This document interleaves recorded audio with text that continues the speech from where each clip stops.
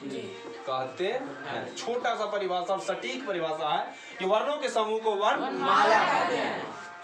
अभी चूंकि हम पढ़ रहे हैं वर्णमाला, और किसी भी भाषा में समस्त वर्णों के समूह को वर्णमाला कहते हैं। सब भाषा का अपना अपना वर्णमाला होता है। जैसे अंग्रेजी भाषा का वर्णमाला A to Z, नहीं A to Z मतलब स्मॉल लेटर जो पढ़ते हैं A से Z तक, उसकी वर्णमाला वो हो गया। इसी को नहीं लेटर बोलते हैं या अल्फाबेट बोलते हैं। तो हर भाषा की अपनी अपनी क्या होती है, वर्णमाला नहीं। जैसे कि हिंदी में अगर हम वर्णमाला करें, हिंदी की जो वर्णमाला है, हिंदी में ओ आ ई डॉट डॉट डॉट चल जाएगा। और अंग्रेजी में हम करें तो ए सी डॉट डॉट डॉट क्या जी। हिंदी का वर्णमाला जाएगा आपको अवा से लेकर के आगे तक, नहीं अंग्रेजी का जाएगा ABCD से Z तक। यही है तो वर्णमाला। हर भाषा की अपनी अपनी क्या होती है, वर्णमाला। अब देखिए हिंदी वर्णमाला में, समझे जी, ध्यान दीजिएगा, हिंदी वर्णमाला में है ना जी, हिंदी वर्णमाला में कुल 52 वर्ण है। 52 वर्ण है हिंदी में। 52 है, याद रखिए। हिंदी में टोटल वर्ण कहेगा, हिंदी में कुल वर्णों की संख्या 52। हिंदी में कुल वर्णों की संख्या कितनी है, 52। टोटल 52 वर्ण है, ठीक है जी। हिंदी की बात कर रहे हैं, मैं संस्कृत की बात नहीं कर रहा हूँ, अंग्रेजी की बात नहीं कर रहा हूँ। संस्कृत में फिर अलग होगा, हिंदी में अलग होगा। तो 52 वर्ण है हिंदी में। और इसमें आप देख लीजिए, इसमें हम एक बार लिख देते हैं, जिसमें क्या है, स्वर जो है वो 11 है, ठीक है जी। और व्यंजन जो है, व्यंजन 25 कैसे होगा, 41 है। स्पर्श व्यंजन सारा व्यंजन ले लिए ना। अभी हम व्यंजन की बात कर रहे हैं, आप व्यंजन को अलग अलग कर रहे हैं तो गलत बात है। फिर व्यंजन सही लिखा है ना जी। तो व्यंजन हो गया आपको 41, स्वर हो गया 11, टोटल हो गया 11 प्लस 41 बराबर 12। आप तो समझ गए ना जी कि इस वर्णमाला में कुल जो है 52 वर्ण आते हैं। नहीं, वर्णों की जो माला है ना जी, ये वर्णों की माला में कुल कितने वर्ण हैं? इस 52 में से 11 जो जैसे आप माला बनाते हैं तो बीच बीच में गुलाब का फूल लगा देते हैं, नहीं, ताकि उस माला की और शोभा बढ़ जाती है। तो आप वही समझ लीजिए कि उसमें गुलाब का फूल 11 है और गेंदा का फूल 41। जो गुलाब है उसको स्वर समझ जाइए, लेकिन दोनों तो फूल ही है ना हो। उसी प्रकार से दोनों तो वर्ण है ना। तो टोटल कितना वर्ण हो गया, 52, ठीक है। कुल हो गया आपको 52 वर्ण। अब इसी 52 वर्ण में हम 2 प्रकार के वर्ण को देखेंगे। जैसे आप देख भी लिए स्वर और व्यंजन। ये जो 52 वर्ण है, कितने वर्ण है, 52। समझ गए ना।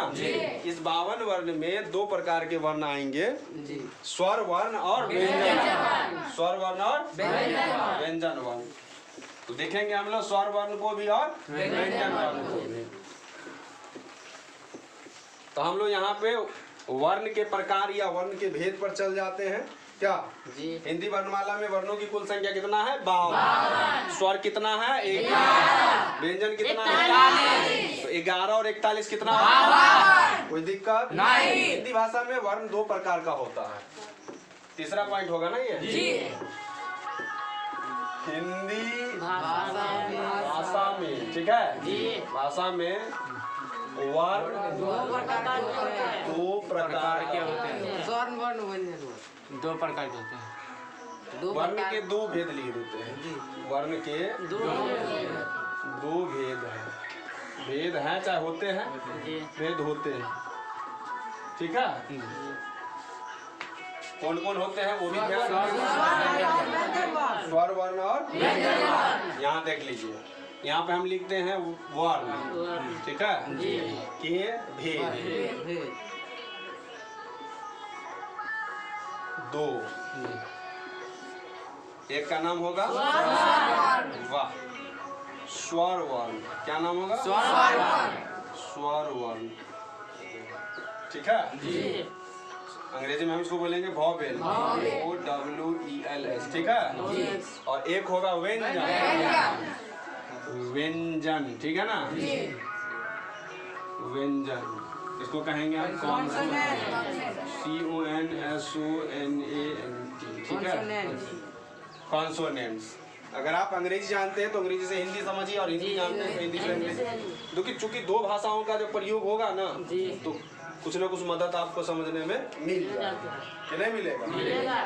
अब हमको समझना होगा कि ये जो 52 वर्ण है उस 52 में कौन कौन वर्ण है जो स्वर है और कौन कौन व्यंजन। ठीक है जी।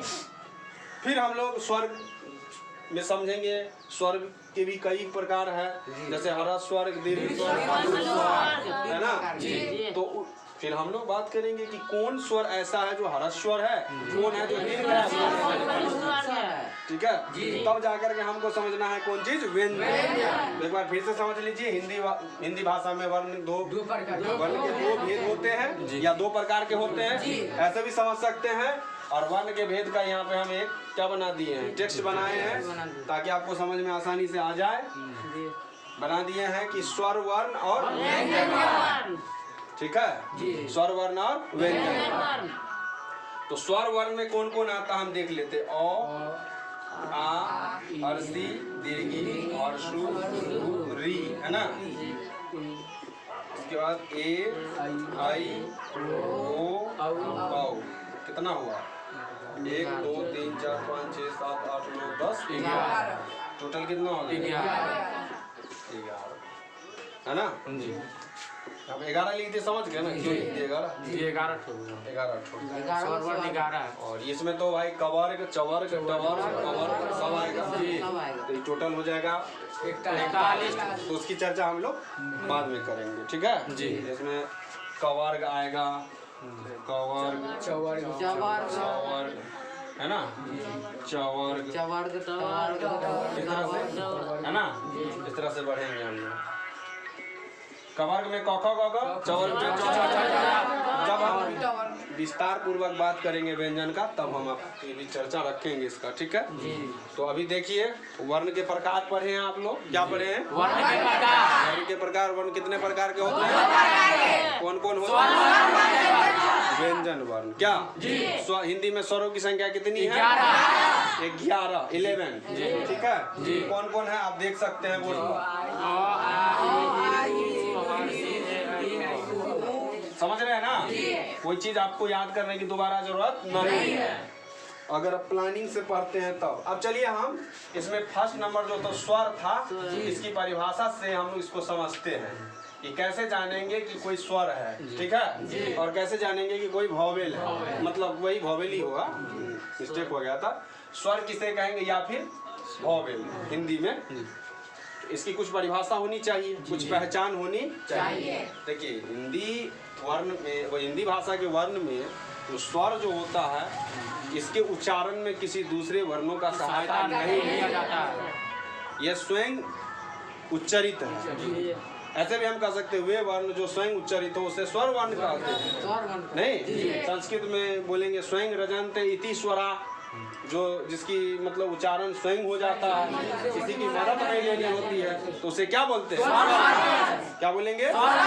स्वर वर्ण बोलेंगे। बात समझ रहे हैं ना। तो यहाँ से हम परिभाषा लेते हैं कि वे वर्ण जिसके उच्चारण में, है ना, वे वर्ण जिसके उच्चारण में किसी दूसरे वर्ण की सहायता की सहायता के बिना होता है। किसी दूसरे या अन्य नहीं, किसी अन्य, कोष्ठ में हम दूसरे भी लिख देते हैं, आपके भाषा का हम सम्मान करते हैं। किसी अन्य वर्ण या दूसरे वर्ण की सहायता के बिना होता है। सहायता नहीं ली जाती।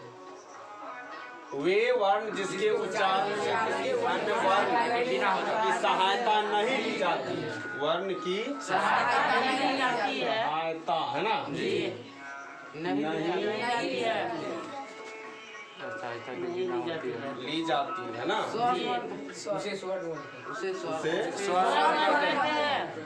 स्वर वर्ण कहते हैं। स्वर वर्ण कहते हैं। ठीक है, माने वे वर्ण जिसके उच्चारण में किसी अन्य या दूसरे वर्ण की सहायता नहीं ली जाती है उसे स्वर वर्ण कहते हैं। या जो वर्ण है ना स्वयं उच्चारित हो, स्वयं उच्चारित स्वयं ऐसे ही लिखेगा ना, स्वयं में अनुस्वार क्या होता है, स्व पर होता है, हम कंफ्यूजन हो रहे हैं। जो वर्ण स्वयं उच्चारित हो, उच्चारित हो उसे स्वर स्वर वर्ण कहते हैं। स्वर वर्ण कहते हैं। ठीक है, जो वर्ण स्वयं उच्चारित हो उसे स्वर वर्ण कहते हैं। समझ गए? या जो वर्ण स्वयं उच्चारित हो उसे स्वर वर्ण कहते हैं। हिंदी में स्वरों की संख्या फिर से लिख देते हैं। हिंदी में स्वरों है ना, स्वरों की कुल संख्या या सीधा लिखिए संख्या।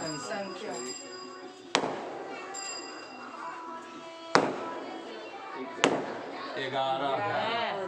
कितना है भाई? 11। याद रखिए, पहले चर्चा किए थे कौन कौन है, अभी भी कर देते हैं। इसमें देखिए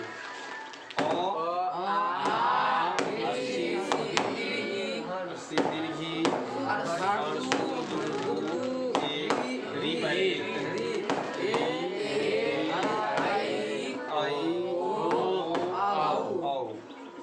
one two three four five six seven eight nine 10 11 total हो गया 11 यानी 11। तो पहले भी इसकी चर्चा हम कर दिए थे और अभी भी कर दिए। क्या डबल लिख दिए? ए होगा, मिस्टेक हो जाता है लिखने में। ए आई ओ औ लिखने के क्रम में हो जाता है कभी कभी, ऐसी बातें नहीं है कि नहीं आता है, और जिसको इंसान से ही गलती होती है। ठीक है, और इंसान ही सही करता है।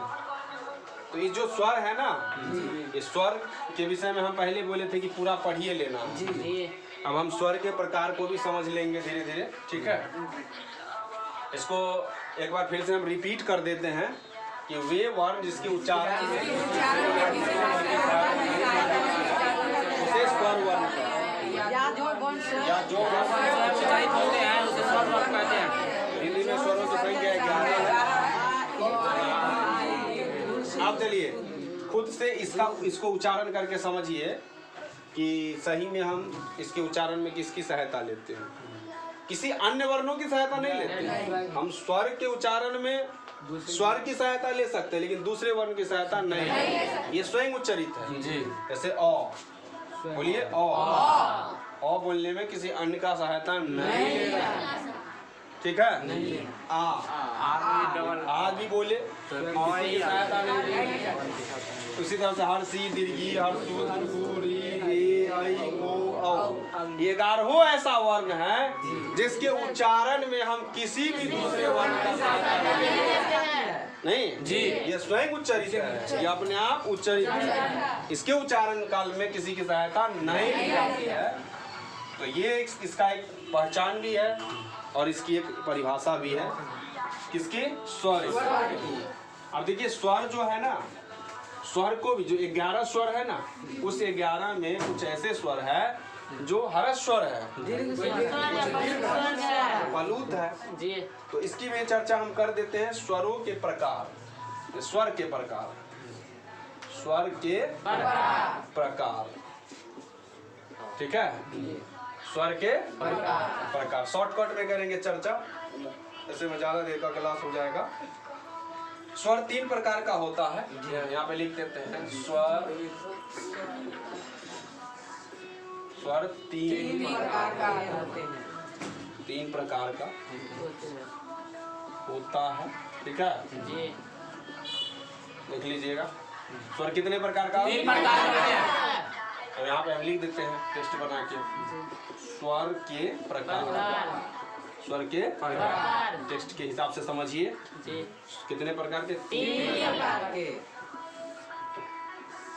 ठीक है जी। पहला समझिए ह्रस्व। हर क लिख देते हैं ह्रस्व। ह्रस्व स्वर। ह्रस्व। ठीक है कौन सा स्वर? ह्रस्व। बोलिए भी जी। ह्रस्व स्वर। अपने अलग से लिख लेंगे स्वर जी। ह्रस्व स्वर। ठीक है जी। दूसरा है दीर्घ दीर्घ स्वर। क में ले लेते हैं दीर्घ स्वर। स्वर। और तीसरा देख लीजिएगा गौण स्वर।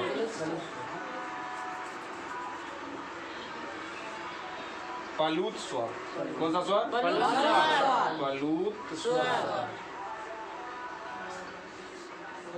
समझ गए? ह्रस्व स्वर दीर्घ स्वर। स्वर कुल कितना 11 है ना? इस 11 में कुछ ऐसे स्वर है जो ह्रस्व स्वर है। ठीक है जी। ह्रस्व स्वर को शॉर्ट वॉवेल बोलते हैं, जी। दीर्घ स्वर को हम लॉन्ग वॉवेल बोलते हैं और पलूत स्वर को हम लॉन्गर वॉवेल बोलते हैं। ठीक है जी। जैसे हम अंग्रेजी में लिखते हैं SHORT शॉर्ट वॉवेल। ठीक है जी। लॉन्ग लॉन्ग वॉवेल और लॉन्गर वॉवेल। लॉन्गर ठीक है जी। Short vowel. शॉर्ट का मतलब क्या था? छोटा।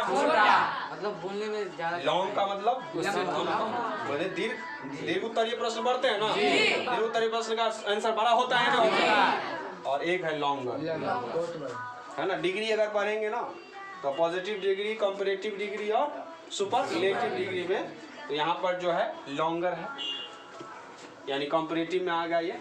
समझ गए? तो खैर हम लोग देखेंगे यहाँ कौन कौन आता है ह्रस्व स्वर में। ह्रस्व स्वर में एक आता है अ, हर्षी, ठीक है, हर्षु और रिया। कितने हुए? 4। ठीक है अब इसमें आ जाएगा आपको आ दीर्घी। दीर्घी समझते हैं ना? दीर्घी के बाद ए आई, ए आएगा, आई आएगा, ओ भी आएगा और औ भी आएगा। 1 2 3 4 5 6 7 8 9 10। एक कौन बच गया? री नहीं आ लिखे। गए। ऊह नहीं, ऊह भूल गए थे। ऊह जी। ह्रस्व। दुर्गो भूल गए थे, जी। मिस्टेक हो गया था। एक आ हो गया, ई हो गया, दुर्गो हो गया, ए आई ओ औ। यानी 1 2 3 4 5 6 7 8 9 10 11। अब आपके मन में आएगा कि सर पलूत स्वर। ये तो दुइये को स्वर में खत्म हो गया, पलूत स्वर में कौन आएगा? तो पलूत स्वर को भी समझिए। पलूत स्वर के यहाँ देखिए, पलूत स्वर में हम किसको लेंगे?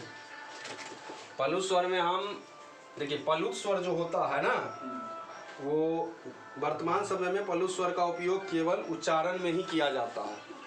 ठीक है सिर्फ उच्चारण में ही इसका उपयोग होता है वर्तमान समय में। वर्तमान समय में पलूत स्वर का उपयोग सिर्फ उच्चारण में ही होता है, उच्चारण में ही होता है। समझे? इसका उपयोग वर्तमान समय में प्रेजेंट टाइम में सिर्फ उच्चारण में होता है। जैसे आप पलूत स्वर को समझिए, कई बार हम लोग गांव घर में बोलते रहते हैं, जैसे मेरा नाम क्या है? अनिल है, तो लोग कहता है, जैसे उच्चारण में कहता है रे अनिल बा, नहीं जी। बोलता रहता है कि नहीं? तो इसका उच्चारण में कहीं सुने लिखा हुआ कहीं पर देखे अनिल बा? नहीं। अब किसी का नाम राधिया है, राधा है तो रधिया नहीं, ओम ऐसे भी बोल देते हैं। तो ये सब में आता है कौन सा स्वर? ठीक है राम नहीं जी। तो इसमें जोड़ लगा रहे हैं। पलूत स्वर यही है कौन चीज? पलूत स्वर। जैसे लिख देंगे हम रधिया, या यहाँ पे हम लिख दें रधिया ऐसे करके। ठीक है समझे? ओम है ना? उसी प्रकार से और भी राम है, राम राम लिख के ऐसे ऐसे कर, ये सब नाटक में खास करके उपयोग होता रहता है, समझे? ये सब नाटक का चीज है, लिखने में इसका उपयोग नहीं होता, बोलने में हो जाता है ना। जैसे किसी का, जैसे मान लीजिए यहाँ पे क्या नाम है, किसी कोई अपना नाम बोला, किसी का नाम, जैसे तुम्हारा क्या प्रेम प्रेम में, तो तुम्हारा क्या नाम? संजय, संजैया, राहुलवा, नहीं बोलते रहते कि नहीं? अब आपका नाम क्या है? ज्योतिया, कुछ लोग तो बोलता रहता है, भरतिया, ऐसे बोल देता है कि नहीं लोग? कमनिया, नहीं, सोनिया, बबितिया, मोनिया, तो ये सब आ जाएगा कहाँ? पहलू। विशेष चर्चा हम अगले वीडियो के माध्यम से बनाएंगे, तब तक के लिए आपसे विदा चाहेंगे। नमस्कार।